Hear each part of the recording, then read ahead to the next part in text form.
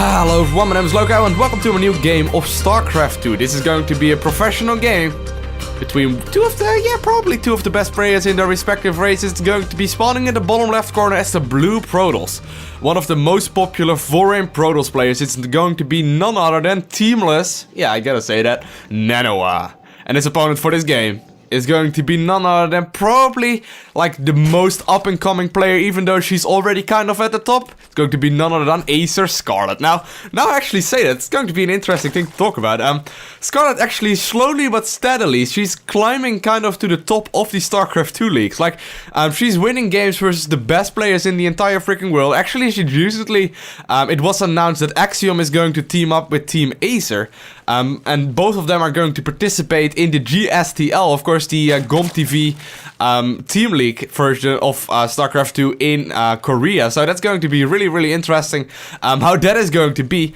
Scarlett is actually, like, I wouldn't be surprised if she is going to be probably the so-called breakout player in 2013, even though she's kind of already broken out, steadily climbing to the top. But I wouldn't be surprised if she starts winning tournament left and right in 2013, somewhat kind of like Stefano did in 2012. I'm going to be interested, but I'm calling it right now. Scarlett 2013 is gonna happen. Of course, the opponent for Scarlett is going to be none other than NaNiwa. NaNiwa, of course, also actually being known one of the best Protoss players that isn't Korean in the entire world. He's actually teamless currently, if I'm not mistaken. He probably has a pretty hard time to find a team in general, because he basically was in pretty much all of the teams, and he had some troubles with teams in the past, but we aren't really going to be talking about that, because he is already opening up with a gateway. He's actually not going for the Nexus first, which is of course probably the most standard opener right now in Zerg vs Protoss. Well, maybe not the Nexus first, but at least going for the early Nexus. But no, NaNiwa not doing any of that. He's actually going to open up with a gateway first. Double gas is already being taken, followed up by a cybernetic score. And I wonder, is he going to start a Zealot soon? If he is, he might actually. This is going to be a relatively old opener in Zerg vs Pro. Yeah, he actually is going to start that right there. So, one cute little thing to note right here. He only has two drones, or two probes rather, mining in each assimilator at this point in the game. So, this will give him a little bit less gas income than you would usually get if you get 3 drones in there. But of course, he has 4 drones, or 4 probes rather, mining gas right now. And he's going to add another pylon right now. But yeah, this is going to be interesting how he's going to use this build order that's relatively old school with a little bit of a modern twist apparently. Is he going to start a sentry on a stalker soon as well? 100 gas, is he going to start it? Yeah, there we go, the sentry going on as well. But here we go, of course, Scarlett already knows about this. She saw it with the Overlord and she actually decided to send out a bunch of Zerglings to go across the map and see what is going on. We see a probe moving out just right now by NaNiwa, and he's going to see that pretty much everything is going on standardly as well for Scarlett. However, Scarlett not going to go for the third base, and she added the gas guys really early. So that is going to be interesting. Like I already mentioned, all Protoss players in the world right now, or all Zerg players in the world right now versus Protoss players are mostly going for the Stefano kind of opening, which means they add an early third base. But here we go, we see the Nexus going down for NaNiwa, and Scarlett actually didn't grab a vision of that, but she probably noticed it by the double gases, and I don't actually know if, yeah, she's actually just gonna go for a third base without even scouting the natural of NaNiwa. Of course, going on one base only might mean that he's going for a really aggressive play, such as maybe a 3-gate Stalker Blink kind of play, or maybe like 4-gate or whatever. But Scarlett apparently, she knows what NaNiwa's plan is, and she simply is like, yo, screw that, I'm just gonna get the Zergling speed going, not gonna mine any more gas in my gas guys and get a third base up. I don't give a damn. It might be that he's gonna 4-gate me, but I probably will be able to scout so. And of course, at this point in the game, well, he knows there's a pylon going down right now, or she knows rather, that the pylon is going down at the natural of NaNiwa. So there we go. The Zerglings are going to scout everything that is going on. She sees 2 sentries out right now, as well as a Zealot, as well as a Forge on the low ground. So this will definitely mean that it's going to be some standard play. However, ooh, there we go. The Warp Prism is already going down. Of course, the Warp Prism allows you to warp in units across the map with a flying object. So what might happen is that he actually tries to, yeah, he's actually already rallying it across the map to the main base of Acer Scarlett, and he might be trying to pick up those sentries in the Warp Prism And is he going to do so? I'm actually curious if he's going to do so. No, come on, come on. No, he's not going to do so. He's actually going to show it to the vision of the Zerglings right now. Scarlett knows exactly what is going on, and the Warp Prism is going to fly across the map anyway. Right now, the first Immortal is on the way as well for NaNiwa. Actually, is my music on? There we go. Music going on right now. Perfect. 7 minutes into the game. No problem whatsoever. So there we go. We are going to see a Roach Warren and an Evolution Chamber follow up. For Scarlett. Of course, the Zergling speed is already up, so she will have pretty much everything that is required to defend against this Warp Prism. But a few Zerglings are going to hang just underneath the Warp Prism, so nothing will be able to get warped in. And actually, this Warp Prism is going to be completely useless. But he might just be using this Warp Prism for scouting. Now, actually, take a look at it. Like, it's actually only costing minerals. Let's actually take a look at that. I don't actually know that information that well. Yeah, it's only 200 minerals, and he is, of course, not getting an observer out on the map right now. Everything is being scouted. He can put aggression up with this little Warp Prism, and on top of that, he's not wasting any gas, but also he's forcing all these units out of Scarlett, which is kind of a huge thing at this point in the game, because when we take a look at the income tab, while the Zerg player is ahead, all these Zerglings at this point in the game could have been drones, which means that could have been 9 more drones up, and that would have actually made a difference between light and day, light and day, light and light and dark, dark and night, night. I don't know what the English saying is, but yeah. So here we see actually some cute little play right there with the Warp Prism. Not going to use it to do any kind of aggression, just going to use it as a 200 mineral scout. Actually, Immortals being saved up right now, a Colossus on the way as well. So it looks like NaNiwa is going to go for some huge ass 2-base aggression.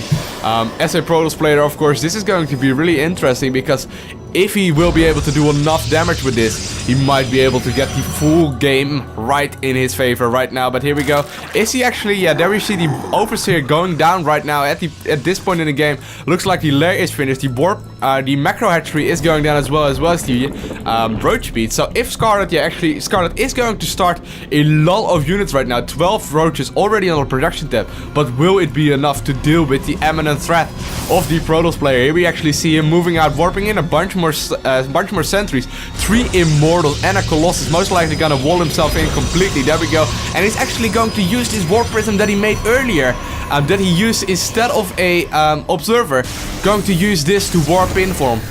Really cool play right now from NaNiwa. He's actually chrono boosting out the +1 ground weapons upgrade as well. But I don't think this will be timed properly, because it looks like he's going to be engaging before this might happen. So here we go. He's going to put down the Warp Prism, going to warp in some more Stalkers right now. But of course, the creep is already at the fort base. There's a lot of armies right here waiting to actually engage this Protoss player from 2 sides. We see a few roaches right here on top of the ramp, as well as a lot of roaches right here on the bottom, of course. So here we go. It looks like Scarlett is going to move up a little bit. Is she going to decide to move in right now? No, there we see some nice force going up, but is it going to be enough? Looks like a bunch of roaches are actually going to target fire these Immortals that are on the map right now, and he's going to target fire the best he can, but will it be enough? I don't actually know, because at this point, of course, the Zerg will be producing a lot of units, but so will NaNiwa be. And NaNiwa, of course, has these Immortals out. He's actually going to do some nice micro right there, picking up the weakened Immortals, and he's actually not losing too many of them. However, right now the Colossus is being target fire. Once those Colossus go down, it might get a lot harder for NaNiwa to do anything at all, and it looks like Scarlett will have enough to actually clean up this 2-base push from NaNiwa. So I'm actually interested, is he going to follow this up in an expansion at all? The Colossus is trying to be a sneaky bastard and get away. He's like, nope, I'm not here. And Scarlett actually knows the Colossus is somewhere on the map. She's going to try and look for it, but here we go. Is she going to find it? Looks like, yeah, that she actually does find that little Colossus, and it is going down. There we go. The 3rd base of the Protoss player is being blocked right now. It's going to be almost 120 supply for the Zerg player versus only 60 for the Protoss player. So this is going to be a huge advantage that Scarlett has. I wouldn't be surprised if Scarlett would throw up a 4th base really quickly. Of course, she's already in 4 hatcheries. She's starting the +2 attack right now for the roaches. But at this point in time, she's still stuck on this kind of attack. Only right now the infestation pit is going down. At this point, she only has roach Zergling. even though she's ahead in supply, even though she has a big advantage at this point in the game, it might still like swing back in NaNiwa's favor just because Scarlett is up with really low tech units, whereas of course NaNiwa is already having Colossus out. So she's once again going to scout and see what is going on. She notices that the forge is upgrading once again, so it might be that NaNiwa is just going to save up once again on 2 bases and go for an even bigger push in a little while. So there we see the second Colossus already joining the fight. Still no aggression up until the 3rd base right now from NaNiwa. NaNiwa doesn't he doesn't look like he's going to try and take this 3rd base at any point. In this game, he's actually going to warp in more and more Zealots, going to use, of course, the long range from those Colossus to most likely do a bunch of damage to the Protoss or to the Zerg army. Few nice force fields going up, just separating and putting a little bit of distance between the Zerg forces and the Protoss forces, so he might be able to take the 3rd base at the 14-minute mark in the game. But of course, the 4th base is already almost about to be done for the Zerg player at this point in the game. Hive is on the way, as well as a Spire right now.